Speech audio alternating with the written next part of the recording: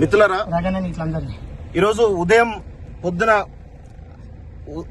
ఉదయం సమయంలో ఖమ్మం నగరంలో ఉన్నటువంటి దాదాపు 1000 మంది పేదల ఇండ్లు భూదాన్ భూములకు సంబంధించినటువంటి భూదాన్ బోర్డు ఇచ్చినటువంటి భూములు ఏవైతున్నాయో వాటి ప్రకారమే 100 గజాలకు సంబంధించినటువంటి ఇల్లులు ఏవైతున్నాయో అవన్నీ కూడా అక్కడ ఉన్నటువంటి పేదవాళ్ళు దాదాపు వేలాది మంది పేదలందరూ కూడా కట్టుకోవడం జరిగింది దాదాపు 8 సంవత్సరాల నుంచి.